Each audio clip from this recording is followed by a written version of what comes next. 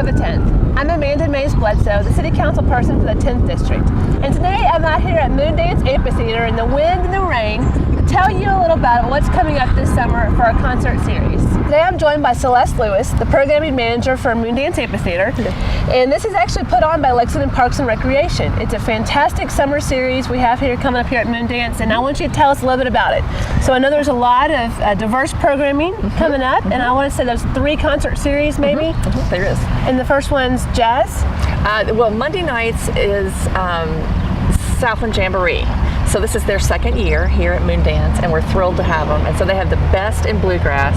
They bring the best bluegrass from the region into our amphitheater to entertain in their wonderful shows. And then we have Big Band and Jazz on Tuesday nights, and that will be here at Moondance through June 28th.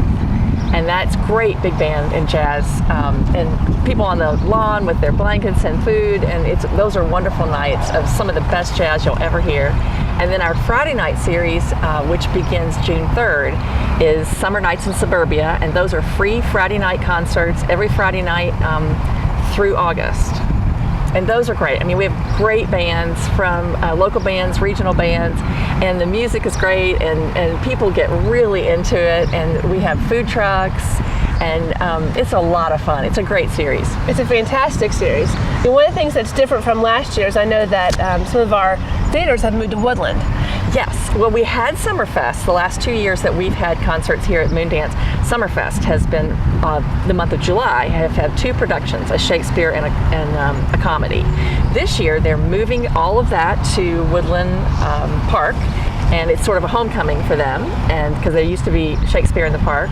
So Summerfest will be in Woodland Park now, and what that did was expand our music season. So now we have music from the beginning of June all the way through the end of August, uninterrupted. It's amazing, really, when you think about an asset like this on this area of town that's free. So if you're a newcomer to Moondance and you say, well, I want to show up, what do I do? What do I bring? What's the experience really like? Well, you have a choice. You may bring your own food if you'd like, or you may partake in our wonderful food trucks that, Lexington's very lucky to have such a great culinary scene just in general. But the food trucks have really brought it up many notches. And so we have, and then in July, starting in July, mid-July, we'll have West 6 beer truck as well. So we usually have a food truck, a beer truck, and a sweet truck. We'll have some kind of frozen yogurt or a pie truck or something wonderful, and then we have a vast array of the food trucks. They're wonderful. So we'll have barbecue, and we'll have American classics food, and we'll have all kinds of different things. And so the food is a lot of fun. So you bring lawn chair if you want. You can sit on the grass, a blanket. Bring drinks, bring food, or enjoy our food trucks. And it's a very family-friendly event. I know I've seen a lot of families come out and sit and listen to bands. There's kids running around, but you've tried to create something for everyone, I think, this summer. It's great family fun, and it's safe and wonderful, and it's something everybody can enjoy.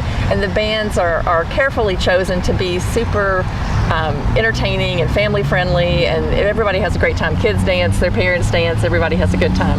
And if the weather's good, which we hope for all summer long, it should be a really great series of Friday nights, and also the Monday nights and the Tuesday nights. So if you want to know exactly which bands are playing which nights, where can someone get more information? We have posters around town that I hope everybody by now is recognizing our Moondance poster that was done by Cricket Press. It's a wonderful design, and those are sprinkled around town, and we have flyers as well. And then it's on the Parks and Recreation, the Lexington website, and we have a Moondance Amphitheater Facebook. Fantastic. Yes. I know I won't be alone this summer bringing my family out to Moondance Theater, and I hope you all will join us.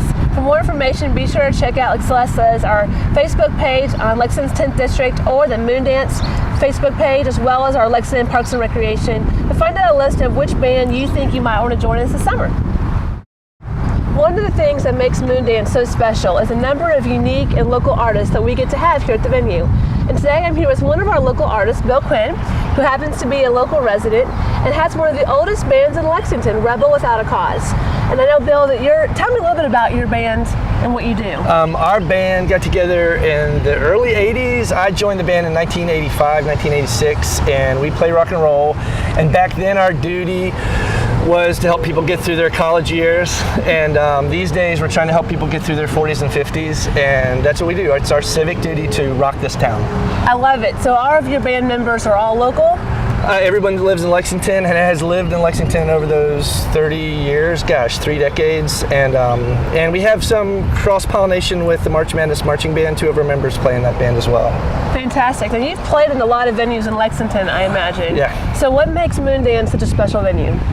Yeah, special. It's very unique. Here's what's unique about Moondance is first off, it's physically huge, which means we can have bands like See the Beat, and we can have bands like The Payback. These are bands with huge horn sections, and we can't fit bands like that in another venue. So that's a physical uniqueness. And then when you look out and you see the beautiful open amphitheater, and there's blankets, and there's families, and there's kids dancing, you don't see that in other venues either. So those are the things that make this unique. And in the cobwebs of 30 years of playing music, it's not just unique, it's really special, and it's at the top of the list for that reason. We love playing here. We absolutely love playing here. Well, that's fantastic. You know, one of the things about Moondance is, like you said, the open air and kind of a unique thing. And this is really the only venue we have like this in the south side of town. Yeah, absolutely. Well, you are not going to miss Rebel Without a Cause. They're part of our Summer Nights in Suburbia free Friday night concerts here at Moondance. They're going to be here July 8th, so I hope you'll join us, and I'll see you there. Not only are we blessed to have a lot of local bands, we're also blessed to have a local talent in the area. And one of the new additions to Moondance Amphitheater is actually the Southland Jamboree. And today I'm here with Billy Sherrill, who's one of the principal organizers of the Southland Jamboree and is new to kind of the Moondance experience. So tell me a little bit about what is the Southland Jamboree and how did it start? Well, the Southland Jamboree started, this is actually our 11th year, I believe. We started on Southland Drive in 2006. And when the idea was born, we looked for a spot on Southland Drive that had grass, maybe a little sunshine, and of course one of the primary things was that it be on Southland Drive. And Collins Bowling Alley happened to have a kind of an undeveloped lot right beside the bowling alley. They had a lot of parking, and they graciously allowed us to use that. And so for the first 9 years we were there. And the event started out with maybe 100 people, and of course as it grew in popularity, we began to have more and more people. And I think our last year there we had crowds up to 800 or 1,000 people. Unfortunately, as you know, nothing stays the same, so the Collins folks decided to build a building back there and use the land, so we had to look for another spot. We really looked all over Southland Drive because obviously with it being a Southland Association event, we wanted to keep it on Southland Drive, but there just wasn't a place that we could make it work. As you know, the Parks and Rec Department of the city has always been a very gracious co-sponsor of the Southland Jamboree, and so since they have taken over running this facility, it was a perfect fit, and so we moved out here last year out of necessity. We had to change the night because Tuesday night the place was already taken, so we moved to Monday night. We'd always been on Tuesday night before, so we're very happy to be here. It's a wonderful facility. Fantastic. Now, so you're going to be here on Monday nights. Monday nights. So tell us a little bit about which bands are coming. You always do bluegrass. Bluegrass. Any highlights for this summer? Well, we have, we try to get a mix of local bands, and we have some national acts coming in this year. We actually have 4 national acts. There's a band called Joe Mullins and the Radio Ramblers, which is a national group. There's actually a local group that gets played nationally, Katie Penn and her band, which is called Newtown. We have a guy named Michael Cleveland, who is perhaps the best fiddle player in the country. He's 33, 34 years old, blind, been blind from birth. He's won the IBMA Fiddle Player of the Year award something like 10 times in his career. And then we have a real up-and-coming star named Becky Buller, who won the IBMA Newcomer of the Year or Rising Star, whatever they call that award. So those are some of the national acts, and then we try to mix that in with local acts. There's a lot of very good local talent in the area, so we bring some of those folks in as well, and it's a good mix, and seems to work well. So you have a new addition for the summer. The Lexington Diner is going to be one of the primary food providers? That's right. We, Celeste Lewis, who is kind of in charge of this facility, we had some discussions about the best way to handle the food and decided that to get a caterer, and I think Lexington Dining is pretty well known in the area. And Renata Riley and I have had some discussions, and she's excited about being here. So they're going to have a grill going, burgers, hot dogs. They actually can sell beer and wine. Fantastic. Well, I know that the Southland Jamboree is really excited to be here at Moondance this summer. It's going to be a Monday night. So be sure to check out the website.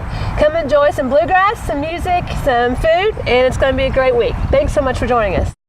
Well, you've heard quite a bit about all the programming we have here at Moondance this summer. And what I want to do now is tell you a little bit about how Moondance even came to be. And joining me today is Andy Haymaker with Haymaker Beam. And that you were the principal developers of this entire area. Can you tell me a little bit about what you envisioned and how Moondance came to be? Well, Moondance came to be because when we were doing our very final tweaking on zone changes and all that, we knew we kind of had to give something back to the community. And so we actually let the community decide, believe it or not. We were going to do something here. We thought about a fountain, we thought about a clock tower, or just a green space. We actually sent out a questionnaire, and we never really even thought about an amphitheater, but amphitheater and or band shell kept showing up in what people sent back to us. So, you know, everybody that lived out here is really kind of what made the decision to do Moondance as you see it now. Well, it's a beautiful facility. And it's how's it maintained now? I mean, we've started a partnership with the city on programming. How's that been for you all? Well, it's been great. We wanted to give this to the city. Mr. Gatton, who the UK Business School is named after, Bill Gatton, that everybody knows. He donated the land under it, and we built the facility.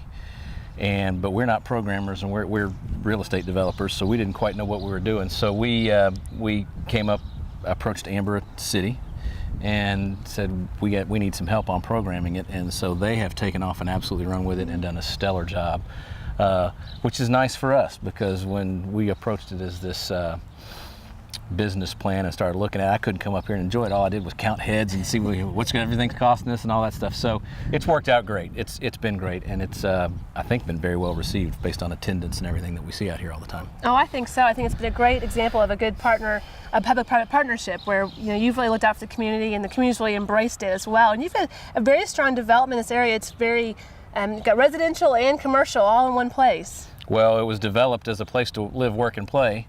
You hear that a lot now, but we started that 20 years ago when Beaumont started in 89, 90. And this is just part of the live, work, and play. And I think we've hopefully done a reasonable job of making that happen. And, people work right over there, and all these nice buildings around here. We can play right here.